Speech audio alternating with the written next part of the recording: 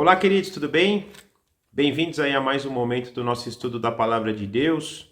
Nós vamos hoje meditar um pouquinho no capítulo 20 de Apocalipse, capítulo extremamente importante, com informações maravilhosas e poderosas, mas da mesma forma muito complexo, muito rico, né, em possibilidades de interpretação. Então, eu queria, antes de tudo, começar orando para que a gente tenha muita sabedoria, muita calma, muita humildade para falar tudo aquilo que nós vamos explanar hoje, e principalmente que não seja por meio do que nós estamos falando, e principalmente o que vocês possam estudar e discutir com outros irmãos sobre esse capítulo, que não seja algo que traga divisão, que traga discórdia. Pelo contrário, que a gente possa ouvir em amor as várias possibilidades que esse capítulo nos dá de interpretação e possa entender ali o ponto de cada um, entender a glória de Jesus Cristo em qualquer que seja a forma de interpretação. Então acho que isso é o mais importante. Então gostaria de convidá-los aí para a gente fazer esse momento de oração e pedir essa sabedoria do Espírito Santo para que a gente tenha então a melhor aplicação do que nós veremos hoje. Papai, muito obrigado por mais uma vez estarmos diante da Tua palavra que nos enche de esperança, nos enche de sabedoria, nos enche de santidade, que tem pontos que são críticos não pelo Senhor, mas pela nossa limitação. O Senhor é um Deus infinito, tentando se comunicar com os seus filhos que são finitos, que são ainda crianças caminhando na direção do Evangelho. Então, existem todas essas dificuldades, e todos nós somos crianças, até aquela pessoa que mais estudou ainda é criança comparada à sua revelação, que é infinita. Então nós pedimos agora extrema humildade. Por favor, nos dê muita humildade de coração, nos dê também muita submissão nesse momento, que o seu Espírito, por favor, Espírito Santo, nos dirija. Sem a sua direção, nós não temos qualquer condição de falar nada a respeito disso. Então pedimos humildemente que o Senhor agora tome, como o Senhor tem feito em todo esse estudo, em toda a nossa vida, tome posse da direção daquilo que nós vamos falar. E fale aos nossos corações, nos dê entendimento também, nos traga aquilo que é necessário termos entendimento agora, aqueles assuntos secundários que não interferem no Evangelho em si próprio, que a gente possa entender como forma de querer estudar mais, de buscar mais, de conhecer mais o Senhor, mas não para discussão. Por favor, nos dirija nesse momento para a glória do Teu santo nome. Senhor Jesus, que o Seu nome se faça revelado ainda mais hoje, assim como tem sido em todas as passagens anteriores, em toda a Escritura, né? Em todos os livros da Escritura. Por favor, que a gente possa continuar percebendo a Tua glória aqui, conforme a vontade do Pai, na orientação do Espírito Santo. Por favor, nos dirija nesse momento. É o que nós te pedimos e agradecemos em nome do nosso Senhor Jesus. Amém. Então, gente, só lembrando, nós temos estudado o livro de Apocalipse até aqui como se fosse a cena de um grande julgamento, e nessa cena de grande julgamento nós temos sessões de testemunhos que podem ser sequenciais ou não necessariamente um é sequencial do outro, mas que são sessões de testemunho. Então começamos lá nos selos, por exemplo, onde nós temos o que nós acreditamos e apresentamos para vocês, que é uma sessão que conta toda a história, desde Gênesis 3, na queda do homem, até a redenção final. Então, de forma bem introdutória, de forma bem rápida, ele dá ali, né, aspectos da história por meio do cavaleiro branco, o cavaleiro vermelho, o cavaleiro preto, o cavaleiro pálido, né, o amarelo, contando na minha forma de enxergar Jesus Cristo no cavaleiro branco, que é aquele que vai vencer, que já venceu, vem vencendo e para vencer, né, como o texto diz, ou seja, já está certa a sua vitória, ou já estava certa naquela época a sua vitória, mas ele vinha vencendo também até na sua vinda e consumação de obra na cruz. O cavaleiro vermelho, que é Satanás, que é o oposto, é aquele que persegue, é o grande inimigo, é aquele que traz a morte dos homens, que causa esse caos nos homens, né? Depois vimos lá o cavaleiro preto da justiça, que é o que leva a balança, que traz a injustiça, né? Depois da queda, o desequilíbrio, a injustiça que o homem trouxe para a terra, mas também a preservação por meio do vinho e do azeite dos escolhidos de Deus. Deus sempre preservando os seus escolhidos, a semente santa. E o amarelo, que é a morte, o Hades, que são aqueles que... aí já tem um outro tipo de morte, né? Morte por desastres, pestes, maldades e daí por diante, né? Então, percebemos aí nesses 4 primeiros cavaleiros esse caos entrando no mundo, depois o que acontece com os santos, o que acontece com os ímpios nesse período. Vamos para a sessão das trombetas, que é uma sessão de juízo parcial de Deus, Deus derramando ali, né, nas trombetas o juízo parcial dele já na terra. Passamos por um período onde nós vimos ali a introdução dessa turma do mal aí, né? Satanás, começa na verdade com a mulher, a perseguição de Satanás com a mulher, né? A mulher e o seu descendente, e depois que ele não consegue vencer, né? Matar o descendente da mulher, ele passa a perseguir os outros descendentes. Depois vimos o anticristo, falso profeta. Vimos aí a grande Babilônia entrando na história, vimos a perseguição deles então na igreja. Aí vamos para a sessão das taças da ira de Deus, que já é um juízo final, o último juízo antes da grande destruição. Vimos aí a destruição da grande Babilônia, passamos depois no capítulo, uma nova sessão mostrando, né, a destruição da grande Babilônia, e vimos na semana passada a destruição do falso profeta e do anticristo. Daí chegamos então na sessão do capítulo 20, que a gente entende, na minha forma de ver, é uma sessão que está nessa sessão das sentenças, né, de Deus, que Deus começa a proferir, e agora ele vai falar, né, das sentenças aqui que nós vamos estudar hoje. Então é importante a gente ter isso, que essa sessão de Apocalipse do capítulo 20 está nessa direção. O capítulo 20 em si, ele vai falar de 3 grandes tópicos, e a gente precisa ter muita atenção nesses 3 grandes tópicos, porque do versículo 1 ao versículo 6 a gente vê o registro de um reino milenar, e a gente acaba muitas vezes entendendo esse capítulo 20 só à luz desse reino milenar. O que é o capítulo 20 de Apocalipse? É a descrição do reino milenar. Realmente é importante, mas creio que os outros 2 assuntos são de grande e extrema importância, porque do versículo 7 ao versículo 10 nós vamos entender a derrota de Satanás, gente, do grande inimigo, né? A derrota dele. Então a gente não pode deixar esse assunto, por exemplo, menor do que o reino milenar. Como também do versículo 11 ao versículo 15, nós vamos estudar sobre o grande trono branco, o grande julgamento de Deus na história. Também outro assunto de extrema importância. Então nós percebemos aqui 3 tópicos muito grandes, muito importantes, um registro histórico aqui que a gente deve olhar para os 3 com a mesma intensidade. Então é importante, quando a gente for estudar o capítulo 20, a gente entender um pouco sobre essas três dinâmicas, e está sempre buscando a orientação para entender o que são, né, esses três grandes tópicos, né?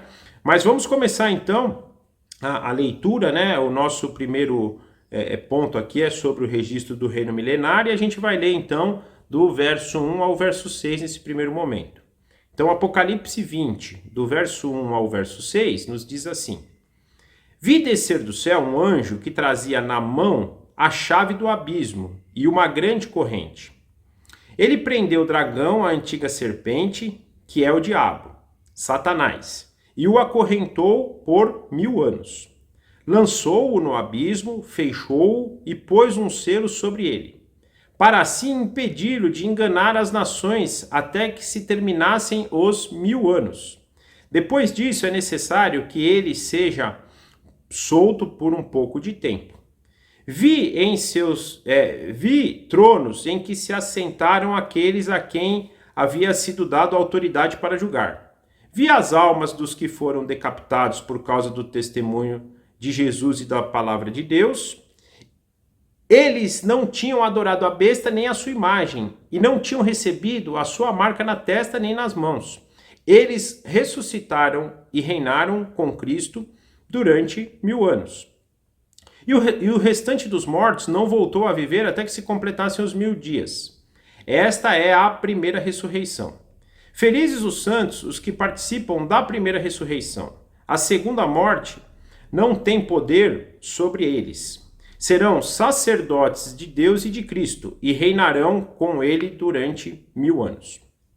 Então aqui, gente, até aqui a palavra de Deus, né? E nós percebemos agora o registro, então, de um período que é descrito aqui de 1000 anos, onde acontecem algumas coisas importantes nesse período. Por exemplo, como essa prisão de Satanás para não enganar mais as nações, um reinado de Cristo junto com os seus escolhidos que vão reinar com ele. Vemos aqui a menção, né, de ressurreição. Então, nós temos coisas muito importantes acontecendo neste período, né, que aqui é registrado como 1000 anos, mas nós vamos entender, né, até olhando para a história, como é que, né, os pais da igreja, ou durante toda a caminhada da igreja, como esse texto foi interpretado. E olhando para isso, nós vamos perceber algumas formas de interpretação. Esse período de 1000 anos aqui, esse texto descrito do verso 1 ao verso 6 do Apocalipse 20, não é entendido de forma igual pela igreja. Existem formas de se interpretar. Eu vou apresentar algumas formas aqui, né, que a gente pode entender esse capítulo e o porquê que eu penso que surgiram essas formas. Então, nós temos uma primeira forma que é chamada de amilenismo.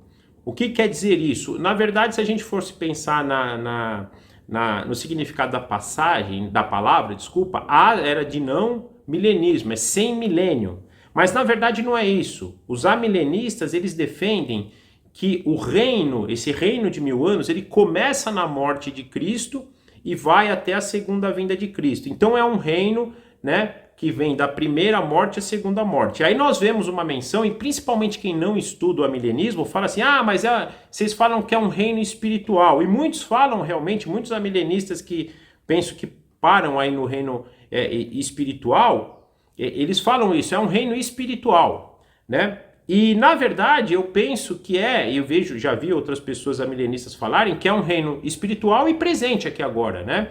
Baseado em quê? Em Mateus 28, né? Na grande comissão, que ele fala, portanto, toda a autoridade me foi dada no céu e na terra, portanto, vão, né? Então, o que ele quer dizer? A autoridade já foi dada para Cristo. Cristo está reinando na terra e aqui no céu e na terra. Aí a gente fala, poxa, mas ele está reinando aqui na terra como? Se existe a maldade, se existe... O reino de Cristo aqui na terra, ele ainda é parcial, porque ele ainda não consumou todas as coisas. Porque o dia que a gente tem estudado isso, né? O dia que ele consumar todas as coisas, não tem mais chance de ter escolhido. Já foi definido o número dos escolhidos. Mas é no sentido daqueles que creem em Cristo, né? Aí até o próprio Sermão do Monte nos diz, né? Acho que agora me fugiu aqui, mas é Mateus 5, Mateus capítulo 5, acho que é verso 3, verso 2, né? Bem-aventurados os puros de coração, os pobres de espírito, né? Que eles, deles é o reino, né? Eu não lembro, eu esqueci a passagem aqui, gente, mas se vocês forem ver, lá tem 2 vezes no Sermão do Monte, lá no capítulo 5, que ele fala que deles é o reino.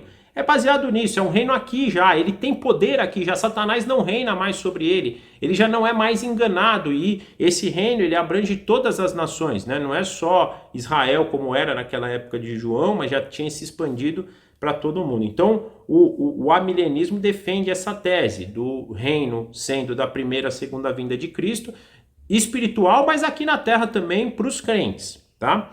Nós temos a linha pós-milenista, né, que é o pós-milenismo, que é aqueles que acreditam que, na verdade, vai haver uma restauração da terra, da pureza humana, né? O homem vai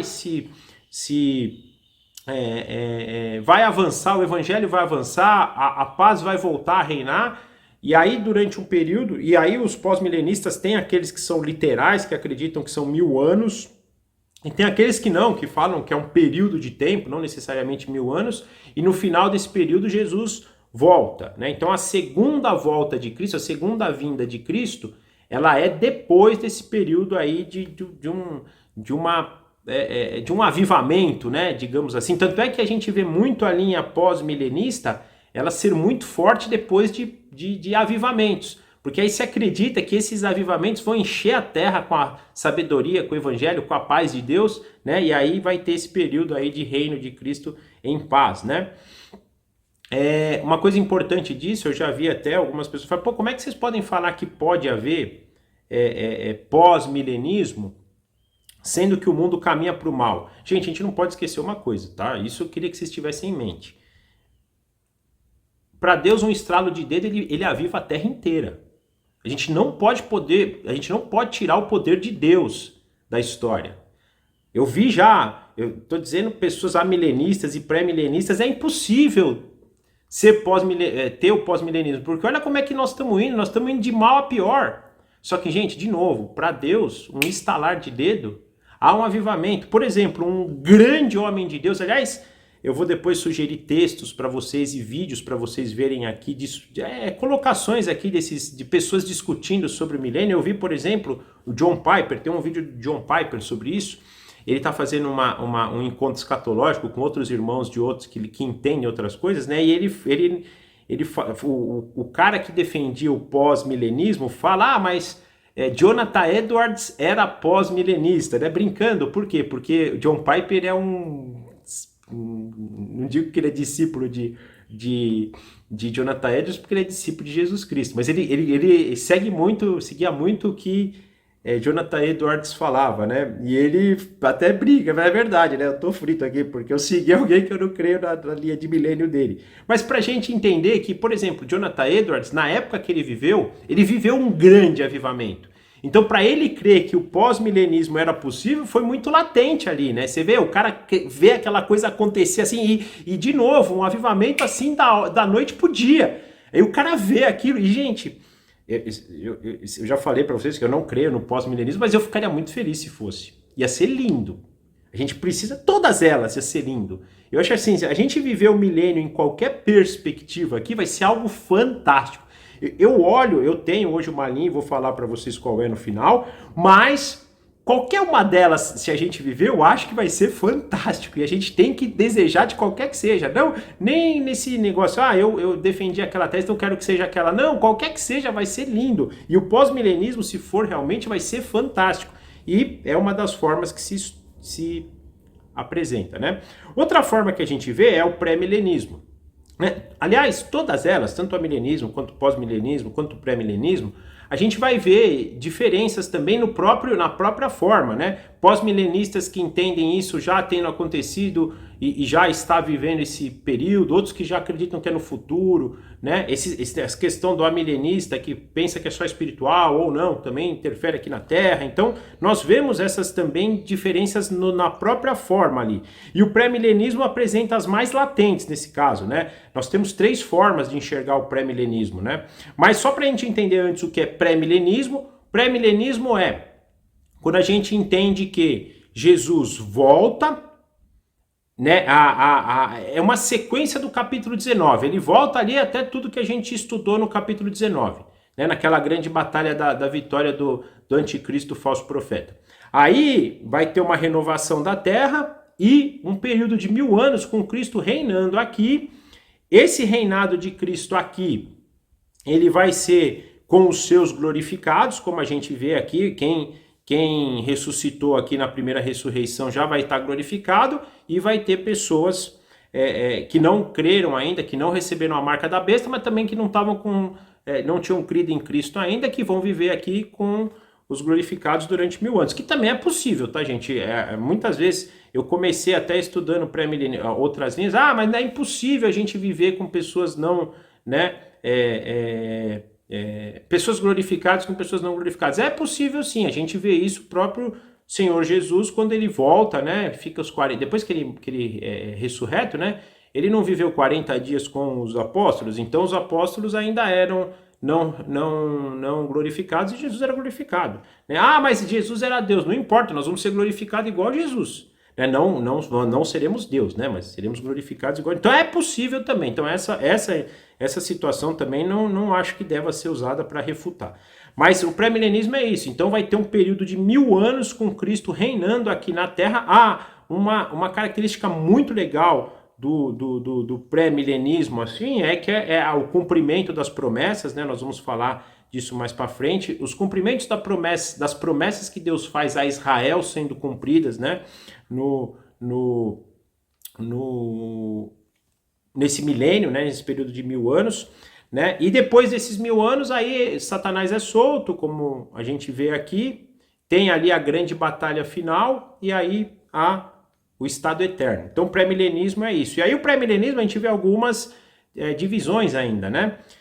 Por exemplo, tem o pré-milenismo histórico, que é um pré-milenismo principalmente, aí entra, tudo que eu vou falar aqui tem tudo a ver com o período da grande tribulação, tá? Que, assim, é muito mais profundo do que eu vou falar aqui, tá? Eu vou falar aqui bem básico para vocês terem uma diferença, né? O histórico é aquele que crê que os crentes vão passar pela grande tribulação. Nós temos uma forma que vê, que é o pré-tribulacionismo ou dispensacionalista, né, que crê que os crentes serão arrebatados antes da grande tribulação, e nós temos os mesotribulacionistas, que palavra difícil, né? Que são aqueles que vão ser arrebatados no meio da grande tribulação. Então são 3 formas de se estudar, né? Então, citei aqui algumas das possibilidades de interpretação. Podem ter mais aí, mas o que eu mais vejo são essas daqui, né? E por que há essa situação, essa forma, né, de interpretação diferente? Porque, como nós temos visto em todo o livro de Apocalipse, existem situações que são... tem interpretações que são feitas de forma simbólica, né? De forma que aquilo que é dito é uma alegoria, né, para algo que está por trás daquilo, né, como Jesus ensinou por parábolas, por exemplo, né, Jesus ensinava por parábolas para ele revelar só para quem ele queria, mais ou menos essa direção, símbolos, né, alegorias para mostrar algo por trás. Existe uma situação de interpretação literal, de que o que está escrito ali é literal realmente, então eu preciso ter aquilo literalmente, e tem a interpretação intermediária, que enxerga que parte é literal e parte é simbólico, né? Então, pessoas olhando para aqueles textos de forma totalmente literal, pessoas olhando para aquele texto de forma totalmente simbólica, e pessoas que dão a parte ali é simbólica e parte não é simbólico. Então, por isso que a gente vai perceber essas formas, né, de interpretação. E se a gente olhar agora, falando do capítulo 20, quais são os principais pontos que essas 3 formas de eu olhar, seja ela simbólica, seja ela literal, seja ela intermediária, quais são os pontos de tensão mais importantes aqui, né? O primeiro é o que significa essa prisão de Satanás. Então a gente vai ver que dessas 3 formas que eu posso interpretar, eu vou olhar para a interpretação da prisão de Satanás de forma diferente. Da mesma forma, qual é o significado da alma, ou abrangência, né, da alma dos decapitados? É só alma, é alma e corpo? O que é, né? Uma outra tensão. Então a gente vê, a prisão de Satanás a gente vê do verso 1 ao verso 3, né? Essa tensão da alma dos decapitados no verso 4. O verso 5 e o verso 6 cita primeira ressurreição, segunda morte, tem segunda ressurreição, não tem, como é que é? Isso aqui é uma ressurreição só? Como é que isso acontece? Então temos uma tensão aqui também. Lembrando, esses pontos que eu estou citando são tensões que eu digo são interpretações diferentes por essas linhas que a gente citou. Então cada uma interpreta de uma forma, né? E o verso 6, o reino de 1000 anos, né? Que ele fala, reinarão com ele durante 1000 anos. O que são esses 1000 anos? É literal? Não é literal? É um período de tempo? Então a gente vai ver esses assuntos aqui sendo direcionados de forma diferente por cada uma dessas linhas de interpretação, gerando então essa possibilidade de diferença entre as interpretações, né? Um outro ponto que eu acho que é importante quando a gente fala de milênio, a gente também sempre olhar, e essas diferenças de interpretação vão também impactar alguns textos do Antigo Testamento, principalmente aqueles que falavam das promessas de Israel, né, para Israel, por exemplo, o reinado de Davi, o reinado do descendente de Davi, a terra prometida para Abraão e daí por diante, né? Bem como as menções de reino no Antigo Testamento. Se esse reino é o milênio, se é o reino eterno. Então, por exemplo, a gente vê menção de reino em Isaías 2, do versículo 1 ao versículo 4, de Isaías 9, do versículo 6 ao versículo 7, de Isaías 11, do versículo 3 ao versículo 9, de Isaías 65, do versículo 17 ao versículo 23, de Zacarias 14, do versículo 9 ao versículo, do versículo 6 ao versículo 9, e o capítulo 37, por exemplo, de Ezequiel. Então, se a gente olhar para esses textos, nós vamos ver menção de reino, menção do Messias. Então, como é que a gente vai interpretar isso? E esses reinos citados aqui, e as promessas de Deus feitas para Abraão, para Davi, aconteceram já no passado, são menções a esse reino milenar ou são menções ao reino eterno? Então, essas três formas vão trazer para a gente possibilidades, né?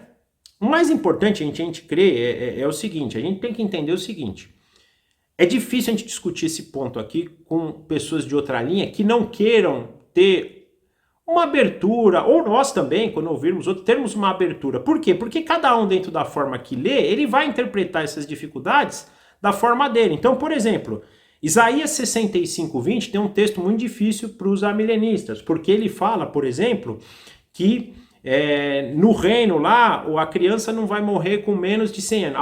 A criança morrerá com 100 anos, tá? Então, aí o amilenista tem que usar isso de forma espiritual. Em contrapartida, no versículo 17, fala que esse reino, que aí é contra os pré-milenistas, por exemplo, para dizer que esse é o reino milenar, lá ele fala, vi novo céu, e fiz novos céus e nova terra. A gente vai ver que é o mesmo texto que fala em Apocalipse 21. Então já não dá para ser o reino milenar se a gente for olhar para o versículo 17. E aí o pré-milenista vai falar, não, é que tem uma primeira restauração, depois a segunda. Então assim, vocês entendem? Vão ter pontos de tensão, em todas elas vão ter pontos de tensão. Honestamente, gente, eu estudo elas, né? Estudo mais a fundo, principalmente, eu fiz cursos sobre o amilenismo, eu fiz cursos sobre o pré-milenismo histórico, né? O pré-milenismo dispensacionalista, as igrejas, principalmente a igreja que eu me converti, ela é dispensacionalista, então eu ouvi muito sobre isso, e os argumentos que eu vejo a favor e os argumentos que eu vejo contra de todos os lados são factíveis. Não há, eu, por exemplo, eu vou dar minha posição aqui, mas não é uma posição fechada. Por quê? Porque não dá para cravar. Há a possibilidade de ser a outra. A minha posição que eu tenho é em relação ao que o meu coração se conforta hoje.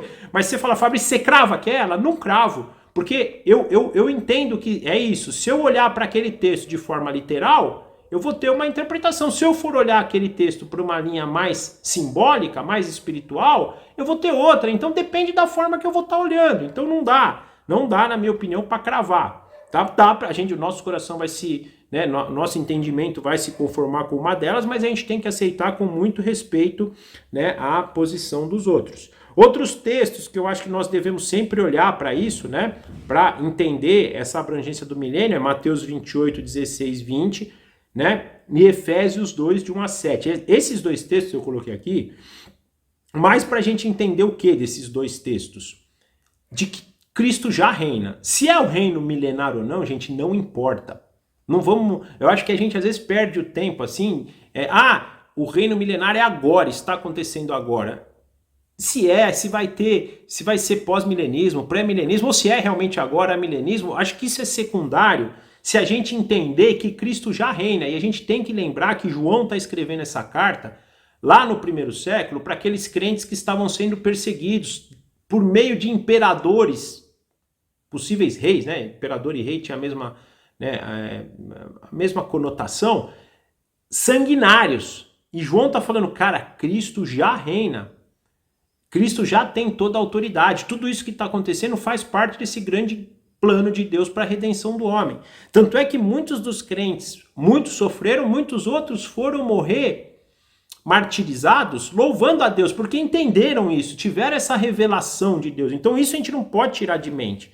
Porque às vezes a gente fala, não, o reinado é no futuro, esquece que Cristo já reina agora no nosso coração. Nós hoje temos autoridade sobre Satanás, sobre qualquer... E aí falei aqui, né, de Efésios, a gente vai ver em Efésios 6 também isso, que a nossa briga é contra eles, mas nós temos autoridade, porque Cristo já tem essa autoridade e já deu pra gente reinar com ele. Nós já reinamos com Cristo aqui quando nós acreditamos nisso. Quando a nossa fé se desenvolve. Lembra que Cristo falou, cara, se vocês tiverem uma fé do tamanho de um grão de mostarda, vocês vão mandar do tamanho de um grão de mostarda, vocês vão fazer um monte sair daqui para lá, vocês têm a mesma autoridade que eu dou para vocês hoje, que eu tenho, porque eu dou para vocês hoje, essa autoridade vem do Espírito Santo. O dia que vocês entenderem isso, vocês vão entender que não tem mais, Satanás está preso para vocês. De novo, não vou discutir se essa é a prisão lá dos 1000 anos ou não, mas já está. Ele não tem mais poder sobre a gente. E a gente precisa ter esse entendimento, tá? Então, o que eu queria deixar para vocês é a gente crer nisso, né? Que indiferente disso, Cristo já reina. Se esse reino é o milenário ou não, acho que é secundário discutir isso, né? Mas também que vai haver esse reino antes da redenção, né? Então tem 2 períodos de reino de Cristo, um eterno e um antes, que aí pode ser esse aqui que a gente está falando aqui, que é o que o amilenismo defende, como pode ser o que o pós-milenista defende, que também vai ser um reino com Jesus no céu e a terra se desenvolvendo em paz aqui, né, que é Tel e Serra unidos, ou que o pré-milenismo defende, que é Cristo estando aqui, né, presente aqui, tá? Então, gente, eu penso que esse é o primórdio do milênio. Eu queria sugerir para vocês aqui, para falar de milênio, né, e ouvir pessoas muito boas a respeito, citar 2 vídeos de YouTube chamados assim, se vocês colocarem no YouTube, Uma Noite Escatológica, vocês vão ver alguns vídeos, dentre eles, os 2 são da escola Charles Spurgeon, que é a escola do Mackenzie lá, né, de teologia. Um deles é brasileiro e ele apresenta lá, até quem está lá defendendo, eu não lembro os outros, mas quem está defendendo o amilenismo é o Augustus Nicodemos, né? Então nós temos lá o Nicodemos e mais outros 3 irmãos defendendo aqui as teses, né? Um é amilenista, na verdade são 2 amilenistas, um pré e um pós-milenista, e nós temos um outro vídeo que também chama Uma Noite Escatológica, também da escola Charles Spurgeon, que é essa do John Piper. É ele com mais 3 outros irmãos, que eu também não lembro o nome, e cada um defende uma tese, né? E eles estão ali discutindo e eles apresentam muito bons argumentos. Então, se vocês quiserem estudar sobre o milênio e aprender, leiam sobre isso, né? Uma pessoa também que eu gosto muito, né? Tem um livro que eu tenho aqui, que é de teologia sistemática, de um autor chamado Wayne Grudem. O Wayne Grudem ele é pré-milenista, mas ele é muito legal, ele aponta, quando ele vai falar das opções milênio, o que é a favor, o que é contra e o que ele enxerga de cada uma delas, né? Mas ele apresenta tudo isso de forma bem interessante, então é bom também para vocês verem, né? Acho que vale a pena. Lembrando sempre aqui, nós não queremos cravar, eu vou dar minha opinião porque eu tenho uma opinião só, mas eu não quero que vocês sigam ou acreditem na minha, eu quero que vocês formem a de vocês, que vocês invistam tempo, e eu gosto de pensar que a minha posição não está fechada, para eu sempre voltar no texto, aliás é um dos pontos que eu acho que Deus mais deixa pra gente, porque Deus não crava já pra gente isso, pra gente ter esse prazer de voltar na Bíblia, ler, para estudar aqui sobre o milênio, olha quantas passagens do Antigo Testamento eu citei e fui, né, do Novo Testamento. Então, quando a gente está estudando assuntos como esse, nós temos a oportunidade de passear pelas Escrituras, se deleitar nela, curtir esse estudo dela. Então, que não cravem, não pensem, o Fabrício falou isso, ou o fulano, ou o Augusto Nicodemos, ou o John Piper, ou o pastor tá falando, não importa. Formem vocês a posição de vocês por meio e falem assim. Não é uma posição fechada porque eu continuo estudando. Isso é o mais lindo. Amém? Então, sobre milênio era isso. Espero que... não, desculpa, não falei a minha posição, né? Eu hoje, né, venho muito mais na linha amilenista. Eu creio que Cristo está reinando, né? Não tem mesmo... mas e o que você explica de Isaías 65:20, que fala que as crianças morrerão com 100 anos? Ali, para mim, Isaías 65:17, inclusive se a gente ler o capítulo inteiro de Isaías 65, A gente vem falando, Deus falando contra os judeus que vai escolher uma nova nação não, um novo povo, porque Israel rejeitou e vai um povo que não conhecia ele, aquela história que a gente sabe, né? E aí chega no 17 ele fala, fiz novos céus e nova terra. Então para mim, Isaías 65 a partir do 17 está falando do reino eterno. E aí no 20, quando ele fala a criança morrerá com 100 anos e o pecador com 100 anos será amaldiçoado, é nesse momento aqui de restauração. Até porque uma criança não tem 100 anos. As pessoas falam, mas você tem que interpretar esse texto do 20, versículo 65, 20 como literal. Não dá para ser, eu entendo que não dá para ser literal, tá? Por quê? Uma criança não tem 100 anos. Uma criança, ela vive ali pouco tempo. Então, o que eu penso que quer dizer isso? Que as pessoas que são, e Jesus falou, né? Quando a gente fala que uma criança só que pode entrar no reino, é no sentido de humildade, de não se achar aquela pessoa anciã. E mesmo ela sendo anciã, né? E a gente vê que o pecador que se acha que é ancião, porque nem todos os pecadores morrerão com 100 anos, ou serão amaldiçoados com 100 anos. Mas o que quer dizer os 100 anos aqui? Como é que fala de ser pessoa mais velha? Ancião, né? A pessoa ser bem anciã. Então a pessoa que morrer quando Deus fizer novos céus e nova terra, ela vai ser uma anciã, não importa o quanto ela está na caminhada cristã, ela pode ser uma bebezinha cristã, ela pode ser uma criança cristã, ela vai ser restaurada em perfeita varonilidade. Já aquelas pessoas humanas aqui, que se acham, né, o top do top, a anciã da anciã, né, que são pecadores, vão ser amaldiçoados. Então, é esse confronto. Mas, de novo, da forma que eu entendo e também aceito quem defende a tese de ter que interpretar 65-20 literal, mas hoje eu creio que o amilenismo ainda é a melhor forma que o meu coração recebe isso. Mas, de novo, gostaria que vocês... só um detalhe. Apesar de eu crer no amilenismo, o pré-milenismo histórico, para mim, caminha muito perto, né? Então, eu fico ali, se fosse uma corrida de cavalo, os dois estão muito perto. Não é que eu estou fechado no amilenismo, não. Eu gosto muito do pré-milenismo histórico, mas se for qualquer outro, de novo, se for pós-milenismo, pré-milenismo dispensacionalista ou mesotribulacionista, qualquer um deles, para mim, meu coração não vai ter dificuldade nenhuma de acreditar e, olha... De novo, o amilenismo hoje tem uma certa vantagem, mas penso que qualquer uma delas é importante e a gente deve sempre ter isso no nosso coração, né? Mas vamos avançar aqui então agora, do verso 7 ao verso 10, nós temos o texto assim.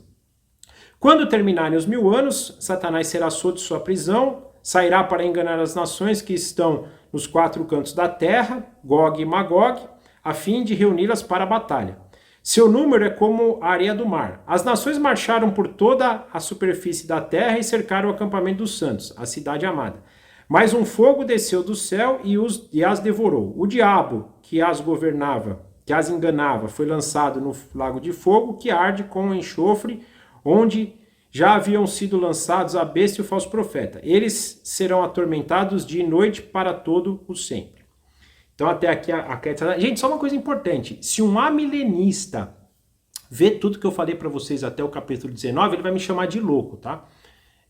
O pré-milenista também, porque ele falou, o cara, ele falou várias horas ali de coisas literais, e agora no milênio ele não foi literal, que é aquilo que eu falei para vocês, eu me dou essa permissão, não me dou que eu digo em oração, por meio do Espírito, de entender partes literais e partes não literais, e partes simbólicas, tá? Então, hoje isso pro meu coração faz um bem muito bom. Então, aqui também, que aí vai ter, aqui por exemplo, eu vou ir na linha dos pré-milenistas, porque os amilenistas entendem essa batalha aqui como algo não literal, e eu já considero essa batalha literal, tá? E essa batalha, na minha opinião, é a mesma batalha que a gente viu no capítulo 19, que, por exemplo, aí aqui diverge um pouco dos pré-milenistas, porque o pré-milenista pensa que aquela batalha do Armagedon, que a gente viu na semana passada, no encontro passado, do capítulo 19 é uma, e essa de Gog e Magog é outra. Eu penso que é a mesma, mas também é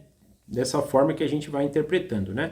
Uma coisa importante que a gente vê nessa passagem, então, é a menção de Gog e Magog. E se a gente for pesquisar Gog e Magog, a gente vai cair em Ezequiel 38, 39, né? Que ele detalha essa batalha. E aí eu sugiro que vocês leiam também Ezequiel 37, Por quê? Porque o Ezequiel 37, ele te dá base, aqui ele vai falar um pouco desse reinado milenar, ele te dá base, reinado milenar não, de um reino, né, que vai dar base para você falar de 38 e 39. Então é importante a gente ver isso. E lá nós percebemos que Gog é um príncipe líder de um povo, Magog, que teoricamente, né, essa representação de Satanás sendo Gog e todo o seu exército sendo Magog. Né? Um texto que me chama bastante atenção aqui é do capítulo 39, do versículo 14, que diz assim, ó: depois de 7 meses serão contratados homens para percorrer a terra e sepultar os que ainda restarem, e assim a terra será purificada. Por que eu chamei a atenção desse texto?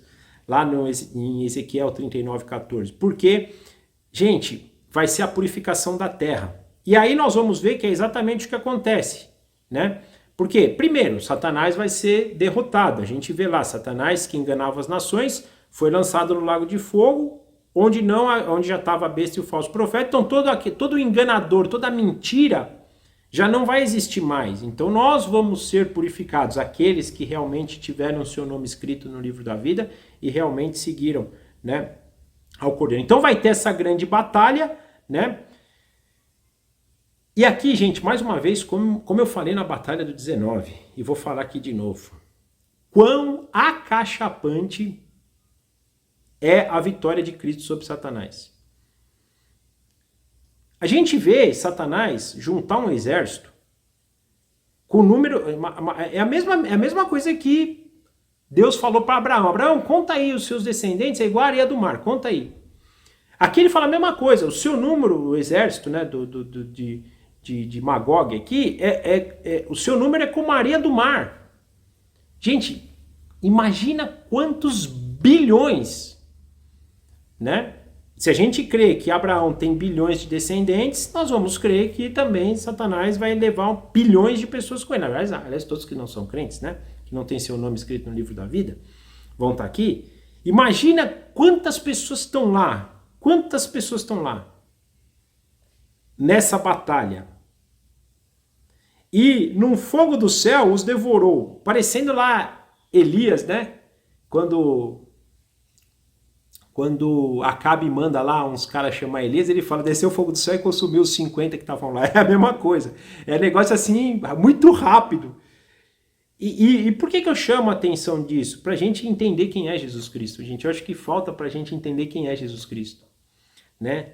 Jesus Cristo é esse, é por ele que sustenta, é ele que manda descer do céu. É o Pai que, né, ordena tudo, mas deixa eu melhorar aqui minha colocação, vai.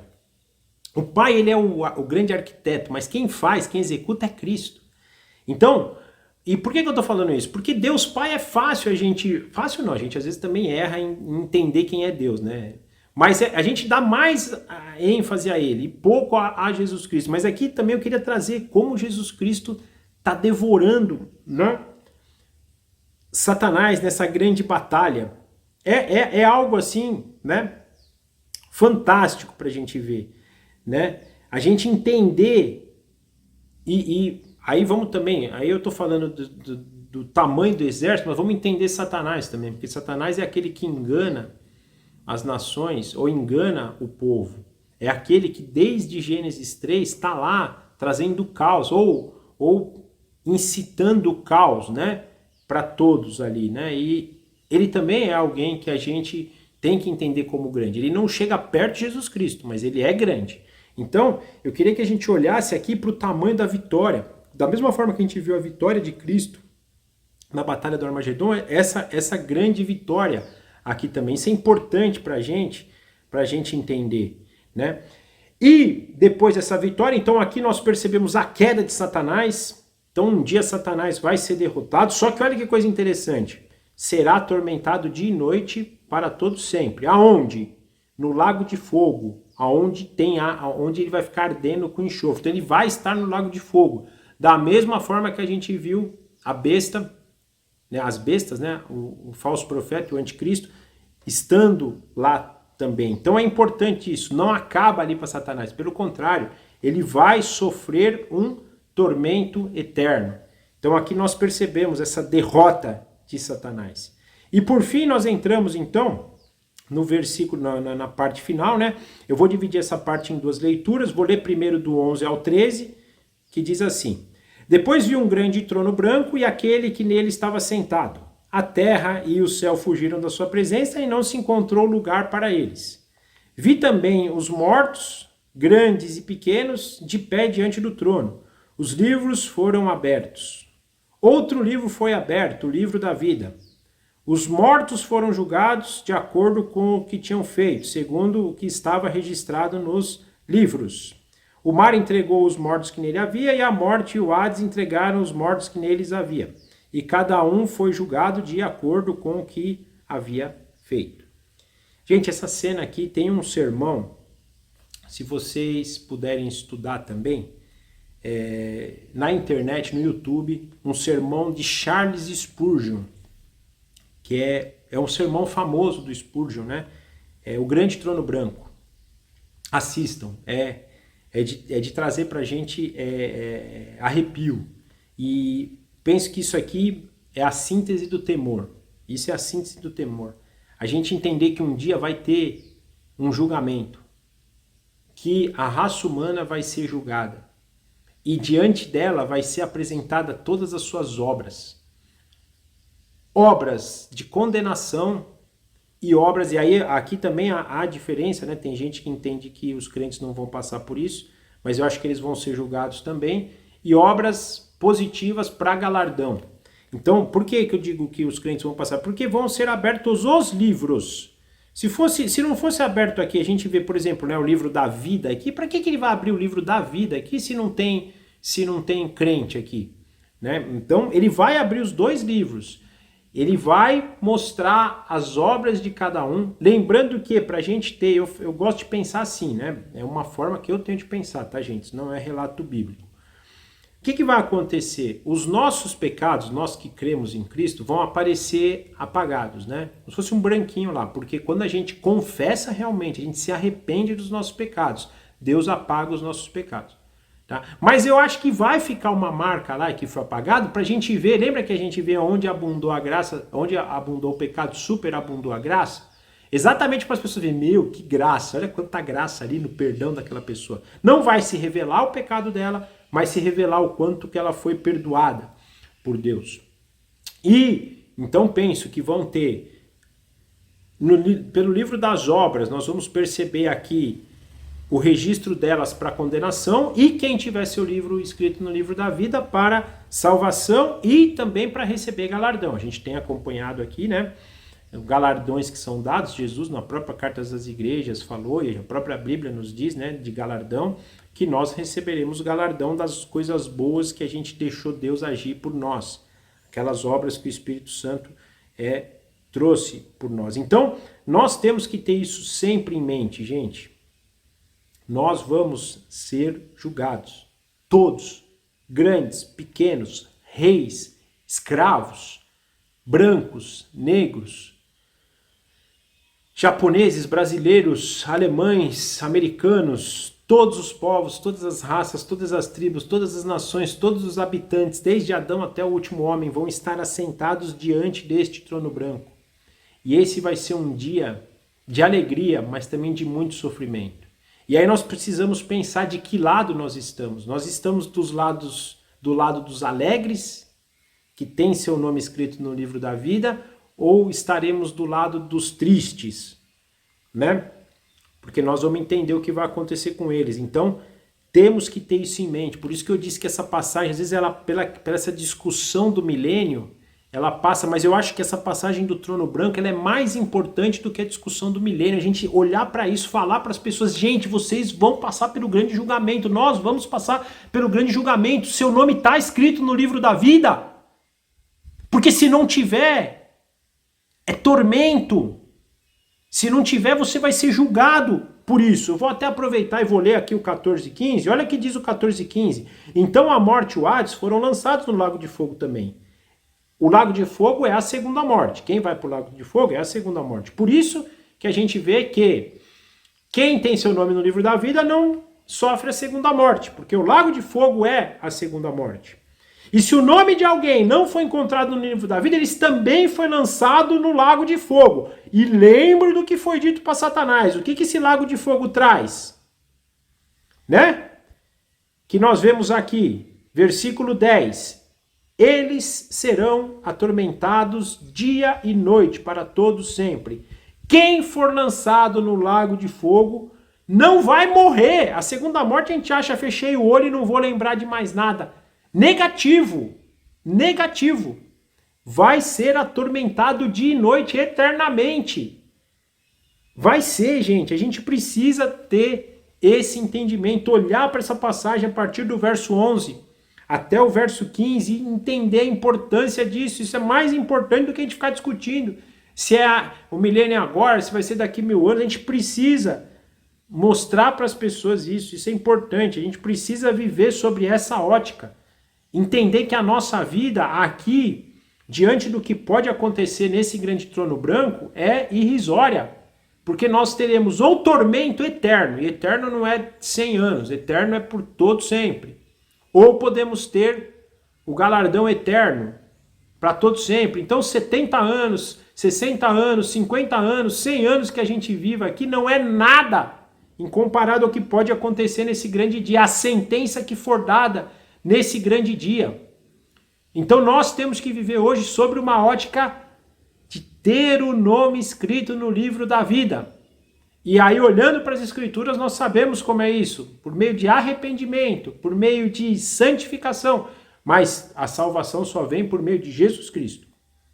Viver por Jesus Cristo, para Jesus Cristo, para não passarmos por este grande dia. Vemos aqui a morte e o Hades sendo lançados. Se lá no quarto cavaleiro eles vêm para a terra, para assombrar a terra, aqui eles vão ser destruídos também. Então, a morte... Uma coisa importante é o seguinte, todo mundo fala que a morte é o último inimigo. Uma coisa que eu penso aqui é o seguinte, o último que ele fala são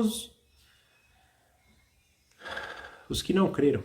Olha só, versículo 14 fala que a morte e o Hades serão lançados no lago de fogo. Mas ele termina, se alguém não for encontrado, este foi lançado no lago de fogo. Não dá para saber quem foi, mas por estar eu vou seguir a ordem aqui que está no texto. Por estar na segunda ordem, penso que são os últimos. Então, na verdade, quem que é o grande último inimigo de Deus? Não é a morte, o Hades. São os filhos, é a criação rebelde. São os seres humanos rebeldes. De novo, isso é uma forma que eu entendo, tá, gente? Não está claro aqui no texto, mas eu entendo isso. Queria compartilhar. Mas uma coisa importante é isso também, que não vai ter mais morte e não vai ter mais Hades. Que a gente entende se é aquela região celestial que a gente falou hoje intermediária. Por quê? Até porque Deus vai descer agora, no capítulo 21, vai descer a Nova Jerusalém, céu e terra num único espaço, e vamos viver eternamente com a glória de Deus, com o lago de fogo para quem não creu em Cristo. Então, basicamente, é essa a interpretação. Mas que a gente tenha isso em mente. Então, eu gostaria de finalizar hoje, né, trazendo para a gente esse entendimento, gente, de que é importante a gente entender o milênio, a gente pode ter posições diferentes e conviver em harmonia, a gente pode mudar durante a nossa vida, a nossa posição, porque conforme a gente vai estudando e ganhando maturidade, a gente pode ter um novo entendimento, esse novo entendimento trazer uma nova forma de eu enxergar aquele ponto de vista, mas o mais que eu queria deixar aqui para vocês, mais do que isso, é a gente entender isso. Primeiro, entender que Satanás vai ser derrotado. Segundo, que todos nós passaremos diante do grande trono branco de Deus. Um detalhe que eu esqueci de citar, esse trono estará assentado Jesus Cristo como homem, perfeitamente Deus, mas a gente vai ver um homem lá. Vai ter uma pessoa sentada nele. E essa pessoa vai julgar todos aqueles, desde Adão até o último homem, abrindo livros das suas obras e abrindo o livro da vida, dando condenação para aqueles que não tiveram seu nome escrito no livro da vida e salvação para aqueles que tiveram seu nome escrito no livro da vida. Terminando ali, encerrando ali esse período de morte e Hades, para que agora ele abra caminho para a restauração final, o estado eterno final, ao qual nós devemos viver desejando dia após dia, o grande casamento, né? Essa simbologia do casamento tem que ficar muito clara. a gente se preparando de noiva, preparados de noiva, a noiva é incorruptível, noiva santa, para o grande casamento. Então essa é a mensagem que eu acho que a gente deve levar aqui para todos sempre. Amém? É isso por hoje. Espero que vocês tenham gostado. Não deixem de estudar. É um assunto que para você falar em um pouco menos de uma hora é muito pequeno, né? Mas a gente tem estudado o livro de Apocalipse numa visão mais panorâmica, então a ideia é essa, né? É trazer alguns elementos aqui para que vocês tenham esse desejo de buscar, de estudar, de ir atrás, né? Esse é um assunto polêmico. Vimos todos os outros também, né? As próprias sessões de selos, trombetas, taças da ilha, essa perseguição da mulher pelo dragão. Todos esses pontos são pontos que a gente vê diferenças de interpretação e a gente tem que estar sempre aberto para buscar, para estudar, correlacionar isso com o Antigo Testamento. A gente tem visto muita correlação entre Daniel, Ezequiel, Isaías, Salmos fala muito também. Então a gente ter essa dinâmica. Olha Apocalipse, vai lá. Aí no Novo Testamento a gente vê Coríntios falar sobre isso, 1 Coríntios, a gente vê 1 e 2 Tessalonicenses falar sobre isso. Efésios, não diretamente, mas indiretamente, vai também nos dar muita direção sobre isso. A gente ter esse desejo, a gente passear nas escrituras, né? Então, que a gente possa ter isso, né, cada vez mais. Hoje, talvez para quem possa ouvir isso depois possa não saber, mas a gente está no último dia do ano, né? Ano de 2022. Então eu gostaria de finalizar esse vídeo aqui desejando um feliz ano novo para todos nós, que 2023 seja repleto de muita saúde, muita paz, de muita presença do Espírito, de muita submissão a Ele, de muita comunhão com Jesus Cristo, para que nós possamos crescer na graça, na sabedoria, no entendimento e cumprir o propósito que Deus tem designado para nós, que é o mais importante. Desejando que, se Deus quiser, quem sabe Cristo não já deseje voltar, né, o ano que vem, ou pelo menos startar, né, os aspectos aí para sua volta. Que 2023 seja abençoado para todos nós e a gente possa aí continuar nesse momento de estudo nosso aí, tá bom? Era isso por hoje, eu vou terminar orando e nos vemos então no próximo encontro. Papai, muito obrigado por mais um dia que pudemos nos debruçar diante da Tua Palavra. Obrigado por tudo que o Senhor tem feito nas nossas vidas e por tudo que a gente pode aprender com aquilo que o Senhor nos tem apresentado. Desejamos para esse próximo ano essa firmeza ainda, esse desejo de estar diante do Senhor, da Sua Palavra, falando, né, dos Teus desígnios e que o Senhor guarde cada um de nós, que o Senhor nos dirija para a glória do Teu santo nome, agindo conforme a Sua vontade e para a honra e glória do Teu nome. Abençoa cada um de nós, todos que estão ouvindo e todos os Teus filhos, todo o Teu povo, toda a raça humana, nosso país, tudo, por favor, que o Senhor nos dê sabedoria em 2023 para vivermos para a glória do Senhor. Muito obrigado, é um momento de gratidão nosso também por tudo que o Senhor fez em 2022. O Senhor nos sustentou, o Senhor nos trouxe até aqui o Senhor nos tem ajudado e ajudado abundantemente. Por mais que às vezes a gente possa não perceber a abundância da graça que o Senhor despeja sobre nós, ela é abundante e nós somos muito gratos. Te agradecemos por mais esse ano de vida e oramos assim agradecidos no nome do nosso Senhor Jesus. Amém. Tchau, gente. Obrigado. Forte abraço. Até a semana que vem.